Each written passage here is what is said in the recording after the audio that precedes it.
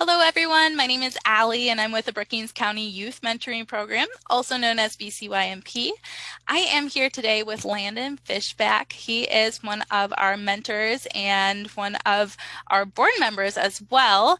And he has agreed to tell us about his mentoring story. But first, if you wouldn't mind, Landon, if you would go ahead and introduce yourself and give us a little brief overview of you. Yeah, thank you a lot, Allie, first and foremost, for doing these videos. It really helps get our awareness out of our program. But to go into my story, I moved here to Brookings about four years ago now. I had not lived in or around Brookings prior to that, but when I started here, I came here for a job. I work at Hurley and Associates here in town.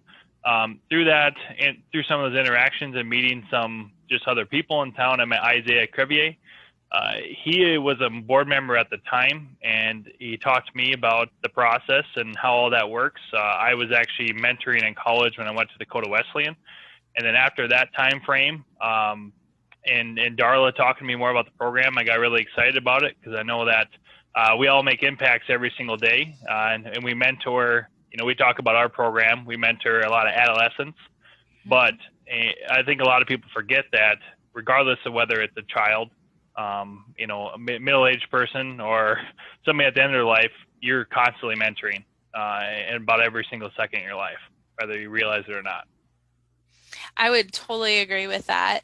And one of the things we like to point out too is while we would love to have everyone want to be a BCYMP mentor and mentor in a formal relationship with us, you can mentor and step into a young person's life or any person's life, like you just mentioned, Landon, and to be a person and a support person to another is just that is what we strive for, and that's what we hope for. So will you yeah, go To go ahead. into that just a little bit more, yeah, a lot of people will say, yeah, absolutely, it's for the kids in our program because they do need, obviously their opinions and situations they get put in, they're not always used to that. Where you're thinking more experienced person or older person is used to that. But that's the biggest thing of absolutely realizing that every second in life nowadays is always important. So. Mm-hmm. Would you be willing to tell us a little bit about your mentee and maybe if you have a memorable moment so far or something, maybe an activity that you guys enjoy doing together?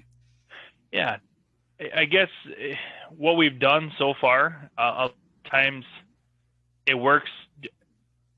Just make sure that we're consistently meeting. That was kind of the goal from the get-go. I don't have any children of my own, or I never grew up with any younger siblings on that end. And so my goal was, again, just be there and be present. And at that point in time, things will just come up, at that. And some of the moments have been specifically where, we've had family interactions that may have not gone right, so he's called me a couple different times, or actually the parents called me too on how we're interacting in certain situations. And so if my mentee didn't have somebody to soundboard that off of, that could have escalated to something more that wouldn't have needed to. And so I think we all go through those crucial moments in life, and regardless whether it's that situation or others, if we have somebody to soundboard or talk through a situation, we may realize we're sometimes being irrational or that we have footing to what we're thinking. So I think that's been the biggest thing for me, is realizing that everyone in our life finds something different important. Mm-hmm. And we all find what's most important that directly affects us. And so what's really affected me is that realizing that the awareness of how every single person thinks differently, at the end of the day. So, to go into a less serious topic, absolutely. We joke around. We've played a lot of basketball in the summer times. As I love to do that. Other than that, we gone out to eat a few times, trying to get him to try some different foods, which has been awesome, and he's really enjoyed that. And then just talking or playing games. So you had mentioned that you were were you an only child, correct? No, I have a few older siblings. You have Yep. older siblings. Okay. Yep. So, but no younger siblings, right? Nope. Okay. So no younger siblings and also no children of your own, right? Yep. Okay. Correct. Yeah. So, can you kind of reflect on maybe what your first initial feelings were when you were going to meet with your mentee for that very first visit, and kind of how you felt, and how that first month was, or those first few meetings were. Yeah, pretty structured person, so I felt like I needed an agenda. Um, the thing I've realized going through life is that just being present is important. It doesn't matter what you say or what you do in the moment. And people don't necessarily ever remember what you say to them. It's how you make them feel. And so my idea was to just listen, ask questions, and just sit back and learn more about them. And so a lot of people put pressure on themselves to be an expert at something or an expert in experience or words, and you don't have to be. You just, in relationships in life, whether that's an adolescent or somebody your age or older, ask questions, be interested on that end, and then you figure out a lot, and then you can, once you find something you're similar in, you can branch off of that. So Mm-hmm. yeah. Yes, be present. That is a great suggestion, and for anyone going into a young person's life, is just be present. That's with mentoring.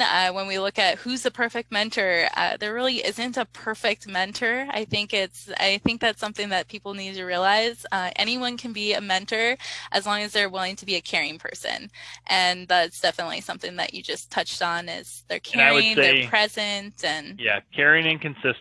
consistent. And Yes, consistency consistence is probably the most definitely amazing undervalued deal. key. Yes, yes, yes.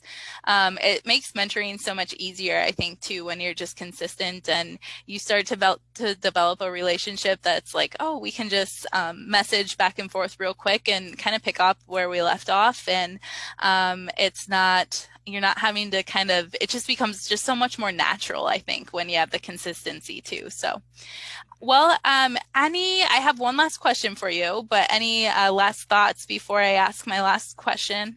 I would just say don't expect yourself to be perfect. We touched on it a little bit.